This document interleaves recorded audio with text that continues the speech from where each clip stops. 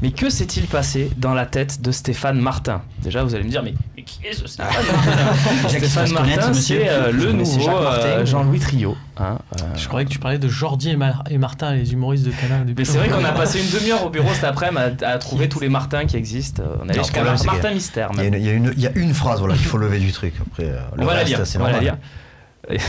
Tout le monde est conscient de l'importance de ce match. C'est le match de l'année pour les Girondins. Notre vrai derby, c'est contre l'OM. Cette saison, il est encore plus important avec cette série négative. Romain, peux-tu nous rappeler, pour ceux qui regardent du foot occasionnellement, ce qu'est un derby? Un derby, c'est un match qui oppose deux villes voisines, voire des fois deux équipes d'une même ville. D'accord. De clubs voisins. Voilà. Donc on peut dire qu'il a craqué un peu l'ami Stéphane Martin. Après c'est des appellations bien sûr faciles.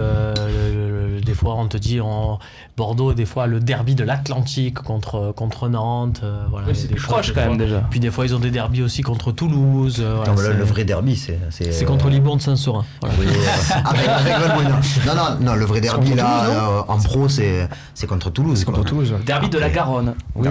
Après il a craqué.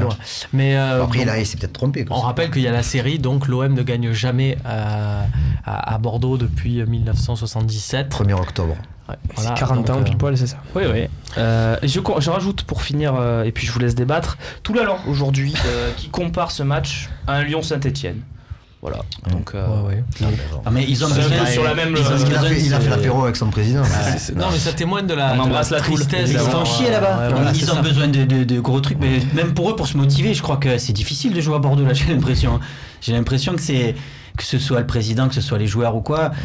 En même temps, c'est pas plus mal que la pression soit sur eux et qu'ils mettent autant d'importance dans ce match-là, parce que la plupart du temps, c'est nous, toujours avec cette histoire de fait de pas gagner là-bas.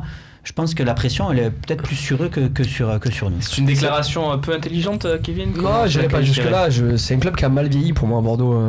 C'est-à-dire que... D'habitude, le VM, par contre. Voilà, pour ça, apparemment, ils sont toujours excellents, mais il a mal vieilli. C'est-à-dire, après, c'est vrai que si tu regardes, on n'a pas gagné plus de titres qu'eux ces dernières saisons, mais médiatiquement, l'OM est toujours présent. Quoi qu'il arrive, on est toujours là. L'OM, ça fera toujours parler. C'est vrai que Bordeaux, l'OM n'a pas été éliminé par Vidéoton cette année.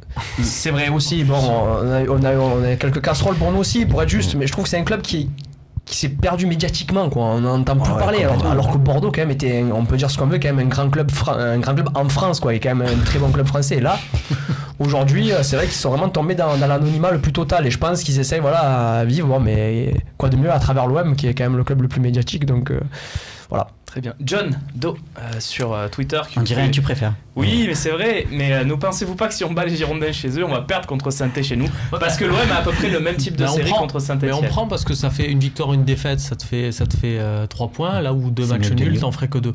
On prend. Autant je t'ai dit par rapport au match nul. On prend pas, on gagne les 2. Voilà. C'est quand même très très espacé. Et il faut remettre dans le tableau que tu avais mis tout à l'heure. C'est-à-dire que là, si tu vas gagner chez les Girondins, tu as quand même après des matchs qui s'enchaînent. On l'a dit, il y a Konya Sport. Alors c'est vrai qu'il y a des déplacements. Tu veux revoir le calendrier? Ce que je veux dire, c'est qu'il y a quand même ensuite 4 matchs qui sont des équipes largement à la portée de l'OM. Chose qui va être un peu plus compliquée par la suite. Alors on sait pas, des fois tu perds contre des équipes comme Montpellier. Montpellier. Intrinsèquement, je pense qu'on est c'est des équipes quand même qui sont à notre portée. Si tu vas pas gagner à Bordeaux, tu te mets bien quand même. Après il y a plusieurs choses. Pour terminer avec Bordeaux, on peut parler également du tweet de Diego Roland.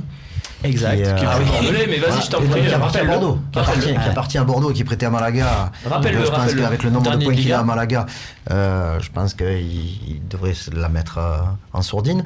Les sardines. Oui, les sardines. On va manger ou on va bouffer les sardines ou je sais pas quoi. On va la mettre en sourdine. C'est une manière pour eux d'exister en fait. D'accord.